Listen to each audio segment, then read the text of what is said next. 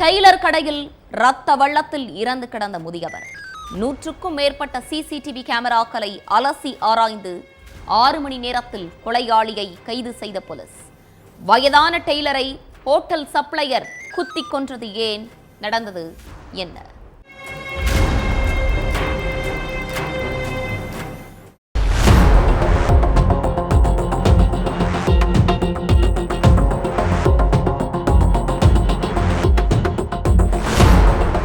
Night 7 மணி இருக்கும். Police ஸ்டேஷனுக்கு phone பண்ண ஒருத்தர் தையல் கடையில ஒரு டெட் பாடி கிடக்கிறதா தகவல் சொல்லியிருக்காரு. அடுத்த கொஞ்ச நேரத்திலேயே சம்பவ இடத்துக்கு போன போலீஸ் ரத்த வெள்ளத்துல கிடந்த சடலத்தை கைப்பற்றி விசாரணையில இறங்கினாங்க. அப்பதான் அது வேற யாரும் இல்ல, அந்த தையல் கடை ஓனருங்கிறது தெரிய வந்திருக்குது. அதுக்கப்புறம் கடையை சுத்தி உள்ள சிசிடிவி கேமராக்களை போலீஸ் ஆய்வு செஞ்சாங்க. அதுல போலீஸுடைய மொத்த கேள்விகளுக்கும் பதில் கிடைச்சிருக்கு. நாகர்கோவில் பக்கத்துல உள்ள திட்டுவிளை பகுதியை சேர்ந்தவர் தான் 65 வயசான செல்வம். இவர் நாகர்கோவில் பெண்கள் கிறிஸ்துவ கல்லூரி ரோட்ல தையல் கடை நடத்திட்டு வராரு. தூத்துக்குடி செய்துங்கநல்லூர் பக்கத்துல உள்ள கோவில்பத்து பகுதியை சேர்ந்த 38 வயதான சந்திரமணி நாகர்கோவில்ல உள்ள ஒரு ஹோட்டல்ல சப்ளையரா வேலை பார்த்துட்டு இருக்காரு. சந்திரமணி தன்னுடைய ஃபேண்ட் ஒன்ன ஆல்ட்ரேஷன் பண்றதுக்காக செல்வத்தோட டெய்லர் கடைக்கு போயிருக்காரு. ரொம்ப நீளமா இருக்கிற ஃபேண்ட்ல நீளத்தை கொஞ்சம் கம்மி பண்ணணும், தொலைதொலன்னு இருக்கிற ஃபேண்ட்டை டைட் பண்ணணும்னு சொல்லி ஃபேண்ட்டை டெய்லர் செல்வத்துக்கிட்ட கொடுத்திருக்காரு. மதியம் 3 மணிக்கு ஃபேண்ட் கொடுத்துட்டு போன சந்திரமணி 1 மணி நேரம் கழிச்சு 4 மணிக்கு வந்து ஆல்டர் பண்ண ஃபேண்ட்டை வாங்கிட்டு போயிருக்காரு.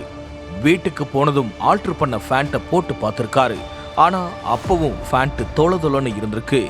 நீளம் பெருசா இருந்ததாகவும் சொல்லப்படுது. ஃபேண்ட்டை ஒழுங்கா தைக்கலன்னு சொல்லி கடுப்பான சந்திரமணி அந்த ஃபேண்ட்டை எடுத்துக்கிட்டு சாயங்காலம் 6:45 மணிக்கு திரும்பவும் டெய்லர் கடைக்கு போயிருக்காரு. கடையில இருந்த செல்வத்துக்கிட்ட ஃபேண்ட்டை கொடுத்து நான் என்ன சொன்னேன், நீங்க என்ன பண்ணி வச்சிருக்கீங்கன்னு கேட்டு சண்டை போட்டிருக்காரு. அப்போ நீங்க சொன்ன அளவுல தான் தச்சிருக்கேன்னு செல்வம் சொல்ல, நான் சொன்ன ஒரு விஷயத்த கூட நீங்க காது கொடுத்து கேட்காம உங்க இஷ்டத்துக்கு தச்சு வச்சிருக்கீங்கன்னு சந்திரமணி சொல்ல 2 பேருக்கும் இடையில பயங்கர வாக்குவாதம் ஏற்பட்டிருக்கு.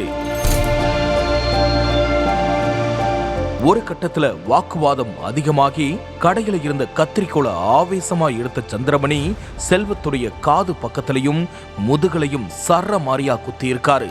கத்திரிக்கோளால கண்டபடி குத்துனதுல ரத்தம் கொட்டி சம்பவ இடத்திலேயே செல்வம் சுருண்டு விழுந்து உயிரிழந்துட்டாரு. அதுக்கப்புறம் சந்திரமணியும் கடையில இருந்து வேகமா தப்பி ஓடிட்டாரு. தகவல் தெரிஞ்சு சம்பவ இடத்துக்கு வந்த போலீஸ் கடை பக்கத்துல உள்ள சிசிடிவி கேமராவில் பதிவான காட்சிகளை வச்சு செல்வத்தை கொன்னது சந்திரமணி தாங்கிறத கண்டுபிடிச்சிட்டாங்க.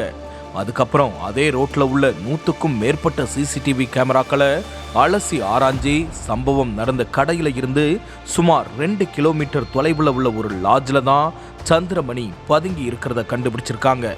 கொலை நடந்த 6 மணி நேரத்துக்குள்ள சந்திரமணியை போலீஸ் அரெஸ்ட் பண்ணிட்டாங்க.